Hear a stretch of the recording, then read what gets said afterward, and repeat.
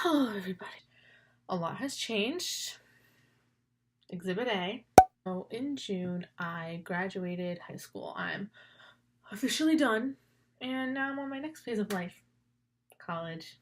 After I graduated, I kind of just laid down low. I didn't really do much of anything. I just was working and saving money, and I used to work two jobs during the school year. I worked at I never mentioned it before, but I worked at a pizza place as one job, and I worked at a rehab hospital as my second job. The end of May, I quit rehab, my rehab hospital job, and I only had the pizza place afterwards. You all know in June, 2 weeks later after I graduated, I went to Disney with Tanya and her family.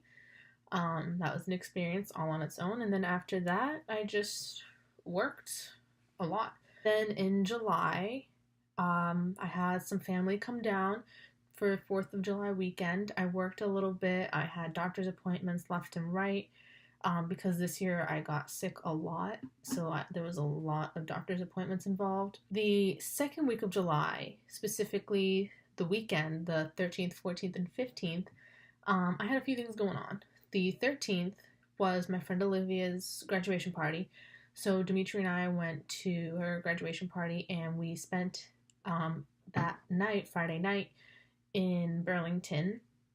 And I didn't mention it before because I kind of wanted to just keep it a weekend between him and I. And I was going to vlog it as kind of like a memory to look back on, but I just wanted to focus on us. 14th, we stayed there, went to the mall, did a few things and whatnot, and then Saturday night on the 14th, we went to Wellfleet with a couple of friends, and we went to the drive-in theaters, and we saw a double feature. At night, we had a sleepover, and then that Sunday, the 15th, I left early in the morning because my brother was getting confirmed. July 23rd and 24th, I slept over at my boyfriend's house, and I was nervous. It was a very emotional week because I was going to have surgery on Wednesday, and there was a lot of things I needed to get done for school, which I'll talk about after, and it was also the last week I was going to be spending with my boyfriend before he got deployed for basic training for the military. And that's actually the first time in a long time I said that sentence out loud, so yeah, wow. So then the 25th, I had the LASIK eye surgery. By the 26th, I was able to see, and yeah, it was good. And then I slept over at my boyfriend's house again the 27th to the 28th, that Friday to Saturday. Kind of an emotional gathering. And I know, like, I don't have to say details. I'm probably not going to say a lot, but I just want to put it kind of out there so that way I can accept how I feel. You know, we talked a lot about him leaving and how scared we both were, him to be so far away from everything he's known, and how scared I was to kind of have like someone who played a big role in my life and meant a lot to me to be doing something so, I don't want to say crazy, but so intense. The 29th was a Sunday, and he had to be up in Boston with everybody else who was going to be deployed to go over paperwork. So technically the 28th was the last day we saw each other to be together and having fun. He wanted me to go up with him to drop him off in Boston, but I was too scared to. I already knew the day when he was going to get deployed, and I was going to be there to watch him leave, like actually leave, was going to be hard for me. And I couldn't be like that because his family was going to be there, and I had to be strong for his family as well. We had to be strong for each other, and that everything was going to be fine. So I told him no, even though I really wanted to be with him. I told him no. And that morning on the 29th, my boss texted me asking me if I could work and to keep myself occupied and not think about it. I decided to go to work that morning. After I worked, I packed a bag and I went to sleep at my grandparents' house. I spent the night there and took the train to go to the MEPS building in Boston, say my last see you later. I gotta say, this is probably the best I've been reacting because it's been hard. In my eyes, I know that I'm only the girlfriend. I'm not the mom, I'm not the dad, I'm not the brother, I'm not the aunt, I'm not family. By blood, I'm just, the girlfriend. In the end, it was still hard. It's hard for people to get that sometimes because people don't tend to really understand how much a person means to you. I was in that kind of like fantasy mindset, like today, that day just didn't happen, that I was just dreaming. Although it did. Now we're in August. August 1st is when I got my hair chopped off. I made it a tradition for myself that every 4 years I would cut my hair. I would grow my hair really long for 4 years, and after 4 years I would chop it off and donate it. Actually longer than the first time I cut it. The first time I cut it, it looked short like this, but I couldn't put it up in a ponytail, whereas with my hair like this, I can. And it's interesting how a matter of 4 years can make that happen. The first weekend of August, Olivia and I went to go see Aladdin on Broadway in the Boston Opera House, and that was really, really fun. And she slept over Friday to Sunday. I had a really good time. It was a nice way to kind of get my mind off of everything and just kind of like live in the moment and enjoy it. It was hard though because I was just in Boston on Monday that week when Dimitri left, so to be back so soon was like kind of like whoa. To have Olivia there with me, it made it easier. It made it more soothing, I guess would be the way to say it, because I feel like had I gone by myself or with another family member, it would have been a little difficult. Out of pure shock, Sunday morning while Olivia and I were sleeping, my boyfriend Dimitri called me. So when he called, I was in total shock because they kept telling us as the family members and, friends and whatnot, like, he won't be able to use his phone, he won't be able to call you, just wait for letters in the mail, blah, blah, blah. So to have a week go by and him call me, I was in a state of shock. I wasn't expecting him to call me at all. I told him if he ever got the chance to call his family because they deserve it most. And it was so nice.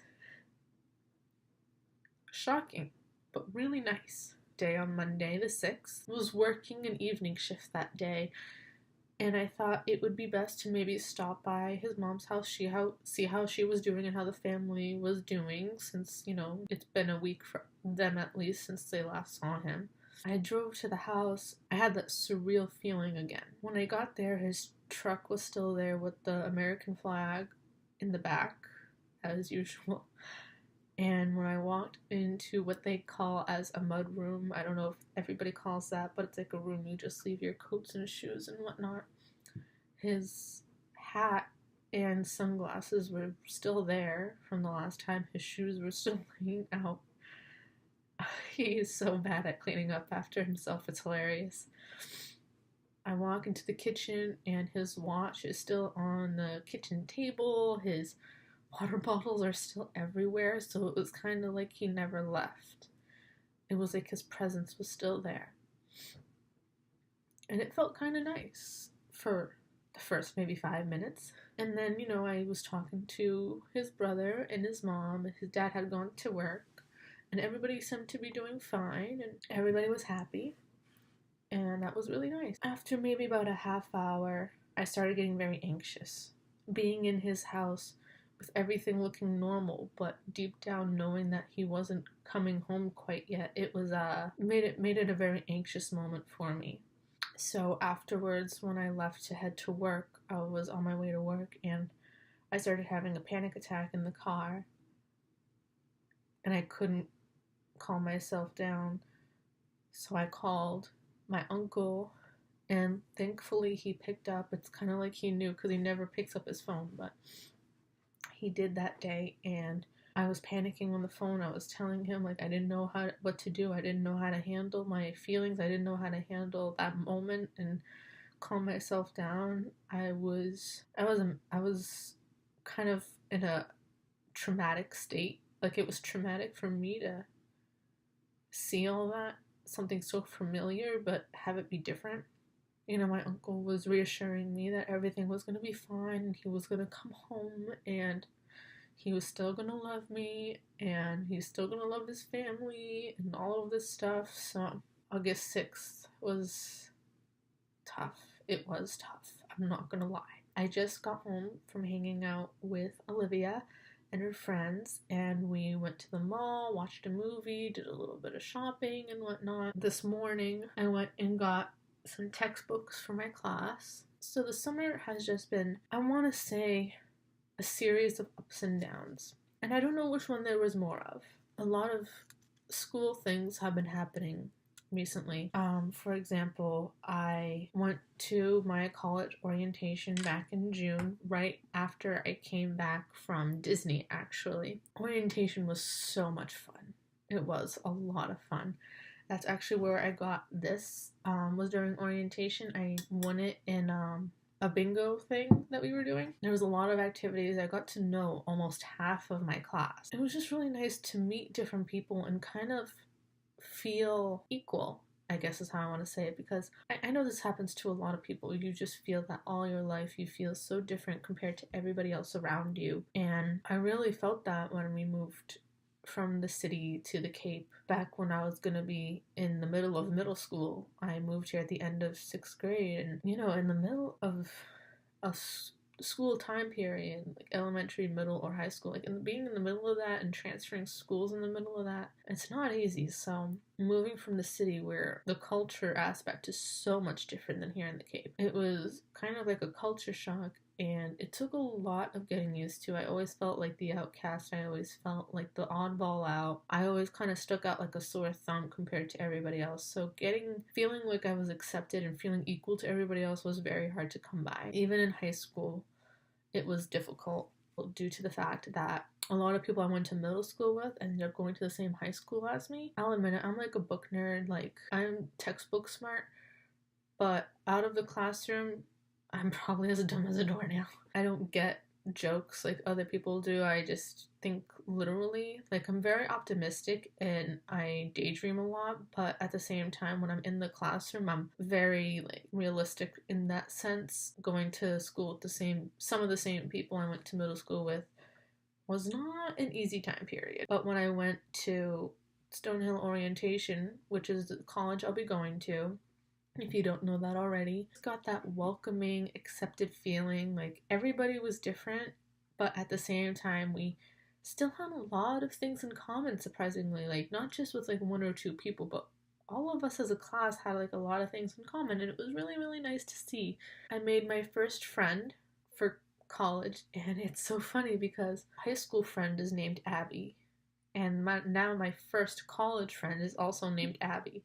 So I think me and Abby's just have a connection. It was just really fun and really nice, and I felt accepted. I felt equal to everybody else. I didn't feel like an outcast. I felt like, we generally had nice conversations, and it was really nice. And then after orientation was over, I got the sad news that I can't dorm. Dorming at Stonehill College is very expensive. I'm not gonna lie. Close to 16, 17 grand in order to dorm there. That was a very big bummer because I was looking forward to making a friend and also a roommate.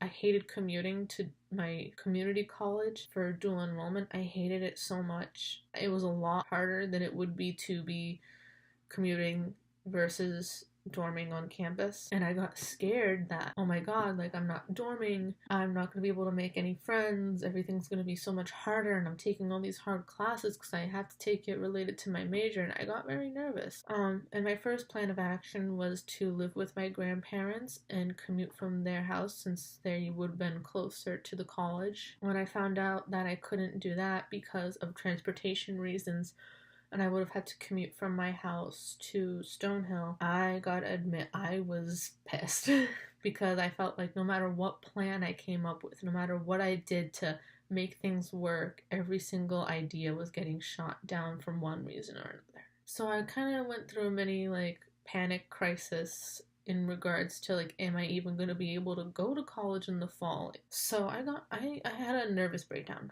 a lot about school stuff. I do not handle extremely stressful situations very well. And I know that, like, I really don't, I never did. Most likely never will. It hasn't changed. I will be commuting from home to my college, which is about an hour drive. I am not looking forward to that, especially since I just got my school schedule this week. I have morning classes starting from 8 a.m. That means I have to be up by at least 6:30 to get dressed, brush my teeth, and be out the door by 7 just to make it on time. And I'm not looking forward to the expense on my car for gas and, the mileage. And it's been a lot for school. Financial aid has been another thing because of the fact that they were charging me as a housing student, although I wouldn't be dorming. So I had to finagle that whole situation to make sure everything was good. And then just today, I added up totals for all my textbooks because I just purchased all of them. I spent a total of $477.21 on textbooks. That is about half of the money I saved. At the end of this month, I will be spending a week up in New Hampshire with my family, just kind of like getting away from all of the stress, I guess. Because personally speaking, I feel like this summer, more stress than fun. Like, they make it seem like the summer right before college is going to be your best summer because no summer reading and you can just hang out with your friends and do this and do that. And honestly, I didn't feel that way. Like, yeah, I didn't have summer reading to do, but I had finances to manage. I had money to save for textbooks. I had to work. I had to make sure I was still going to be going to school in the fall, because if I missed a paperwork that was due, if I missed a medical record, or if I missed a bill that I needed to pay, that could have affected me going to school in the fall. This summer has just been stress of school, worrying about if I was still going to be able to go to school because I don't want to fall behind. I'm trying so hard, and I feel like the reason I'm trying so hard is because technically I'm the first in my family to be going to college, and that pressure makes me not want to mess up. I don't want to, skip a year or drop out or not be able to go because I missed one piece of paper to turn in. And work, my work, even though it's only a pizza place, it's been asking a lot out of me. I'm starting to get very tired and aggravated and annoyed with it, because it's not like I hate my job, but it's just the people that I work with are starting to make it more difficult for me. And like I said, I don't do good in high stress environments, and it's starting to become a stressful environment for me. And it's not a high stress one, but it's just starting to become stressful for me because we are very short staffed. And I know that once a lot of the other kids who are going to be dorming go away for college, I'm going to be the only one left of the original group of employees because I'm the only one commuting. There's been a lot of pressure at work. I know I did it to myself saying that I could work more hours, but I also know that I needed those hours to cover the funds for school, even though it comes at an expense like everything does. Other than that, I think I covered everything that's happened so far this summer. And I know this wasn't like a happy-go-lucky fun life update vlog, but like, not every day is a great day. Like, you're gonna have your down days, and you just kind of keep moving forward with it. But sometimes I feel like I just needed a mental break from technology and from posting and from other obligations, and just kind of like take a breath and focus on me and my family, and just trying to keep myself happy and healthy. I didn't want you guys to think like I wasn't serious about what I'm doing. I really am. I'm really trying. It's just this summer my mental state hasn't been the best, and my emotional and mental well-being comes first. And I hope everybody can respect that. I know some people are going to be rude and whatever, but there's more to what you see, to everybody, not just me alone. I really hope that I can have your support as we just move on from this, because now things are starting to settle down. There's only 2 weeks of summer left before I go back to school, so things are slowly starting to settle down before a new chapter of my life begins, and I'm very excited to start college. I really am. I'm really nervous because I'm going to be commuting, and that's like the last thing I really wanted to do, but I am looking forward to going to college. I feel like it will be a good distraction. I don't plan on going to work while in college because I'm taking 8 classes 2 labs. They meet Monday through Friday and Sunday, so the only days I have off are Saturdays. Taking it day by day. But yeah, and then there's me with my US Army shirt supporting my boyfriend while he's away and doing the best I can. Thank you so much for listening me talk a lot, and I appreciate you guys, still watching my videos, although I have not been consistent on posting. And I'm sorry about that. Now that, the crazy stuff is starting to dwindle down, I should be getting better at that. But I wanted to give you guys a life update just so that you knew, like, not what was going on with me personally, like, yes, that, but also to know that every YouTuber is a human being. They're all going through their own shit, and some of them are very good at putting their shit aside and consistently posting and putting a smile on their face, but I'm sorry, but I'm really not one of those people. I don't want to be fake on my channel. I really don't. I want to be open and honest. So thank you so much for watching. I really, really do appreciate you guys, if you did sit this far through, sitting and listening and just hearing how much of a shitty summer it's kind of been. And yeah, so I will catch you guys all on Thursday, and hopefully we'll have a happier video that day. But yeah, thank you so much for watching. Don't forget to like, subscribe, hit the bell notification, all of that jazz, and I'll catch you guys in the next one. Bye.